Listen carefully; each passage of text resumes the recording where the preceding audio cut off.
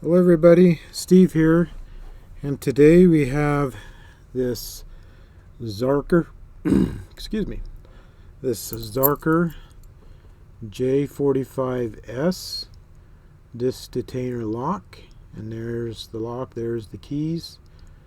Beautiful lock. I like this thing.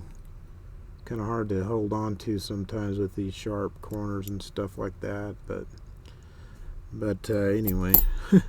Let's see what we can do. So this is the third disc detainer lock that I have, and I've already done the videos on the other two, so I'm kind of hoping that this one works out well. This is actually my second take, because my first take I did a pretty good job on it and the audio was not there. You could just see me moving around, but you couldn't hear anything. Anyway, so first thing is that the key does work. Let's show that working really well. The shackle comes all the way out. And the second thing is that if you notice, you can see all the disc in there. And when I put this key in, you'll see that that first disc there is actually not a zero cut. You can kind of see that things are getting in the way as I turn it,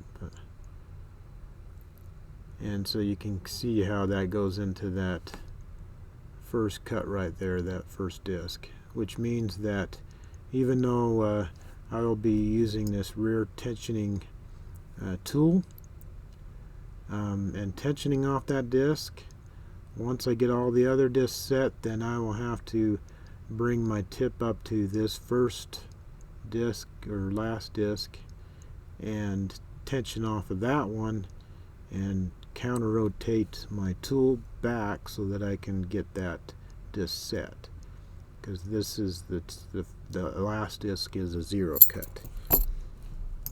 And the other thing is when I'm going from one lock to another with this tool, what I do is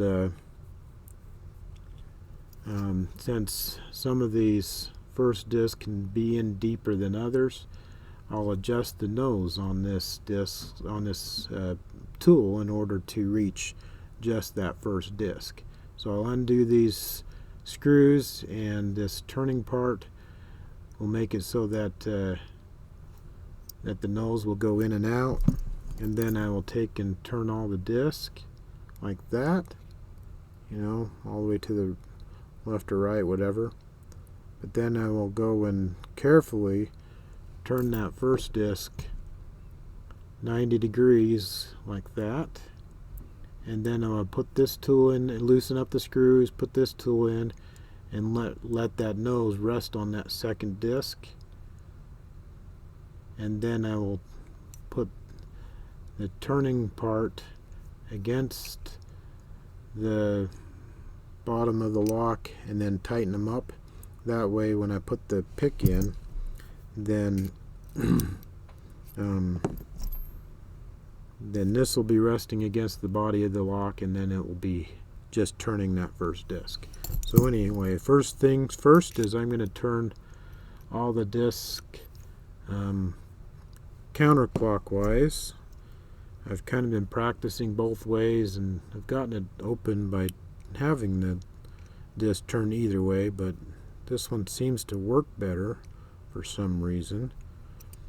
But and then I will put the tip in first, and then slide in that tension part, and then I'll start to turn and give it some tension, which means I will start on the back of the lock, and I will set that first disc, which is a zero cut, and I will turn that all the way to the zero position.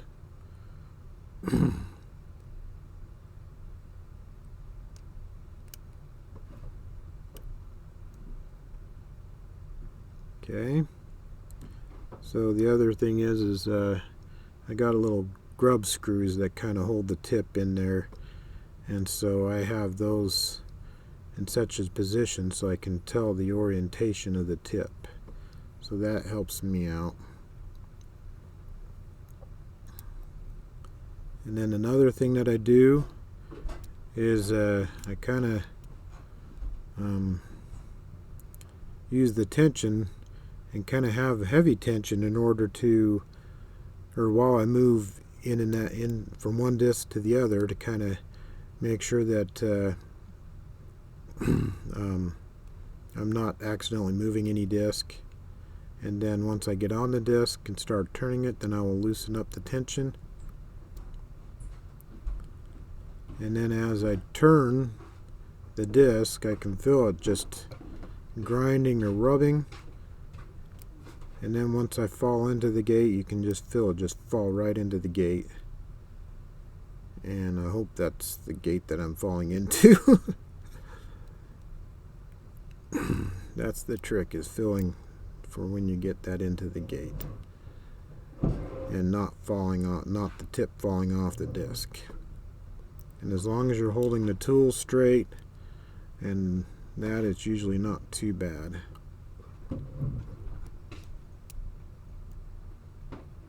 And you can kind of use the key as a guide if you want, to kind of get an idea of where you're at. Oh, and another thing I can do, there's the goat. So while I was doing yard work yesterday, a little bit of yard work, I looked over the fence and that goat is just sitting there staring at me. So I took a little video of him. It's on a 15-second loop, or 15-second, about that, a little loop. So he can stare at us while we're doing this, right? Give us a little bit of entertainment. So now I've gone through every disc, and I think I've got them all set.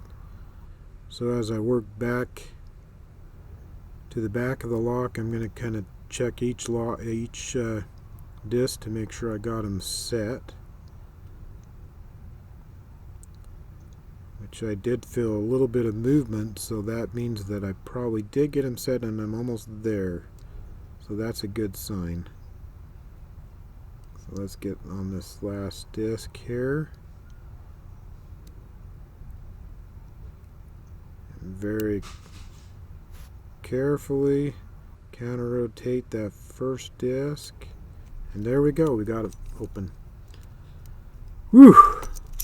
Oh, that means, yeah, I got another fireworks clip for celebration.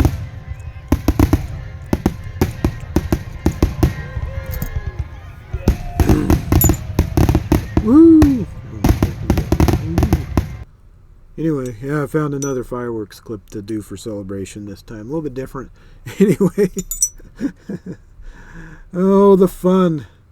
So all the practicing over this last few days of working on this lock has paid off, and I was able to get this open. And luckily, this retake, I got it open just as fast as I did the first one, which is awesome, thank goodness. So I have been able to open this up a few times, so thank goodness I finally got this open on camera this time. Woohoo! Let's get this shackle back in there. And let's get this working again. Get those discs all rotated back. Still works pretty well. Anyway, so there we have it. A success. So that's pretty much, that's all the disc detainers I currently have. All the disc detainer locks that I currently have. And thank you for everybody for helping me learn and get through these. These have been a lot of fun. They have been different than other locks I've done, but they've been a lot of fun. And so I've definitely been enjoying it. So now I'm going to have to get some more locks, maybe more tools. Maybe have to do trades. Maybe have people donate stuff. That would be kind of nice to donate things. But anyway, trades or something like that, or get some more disc detainer locks here in the future, different tools. Would be kind of nice to get some alloys. That'd be kind of fun to get through some of those. But anyway, that does it for me today. Thank you very, very much for watching. Make sure that you leave comments down below and you are subscribed, and definitely leave a like. And thank you very much for watching, and have a wonderful day.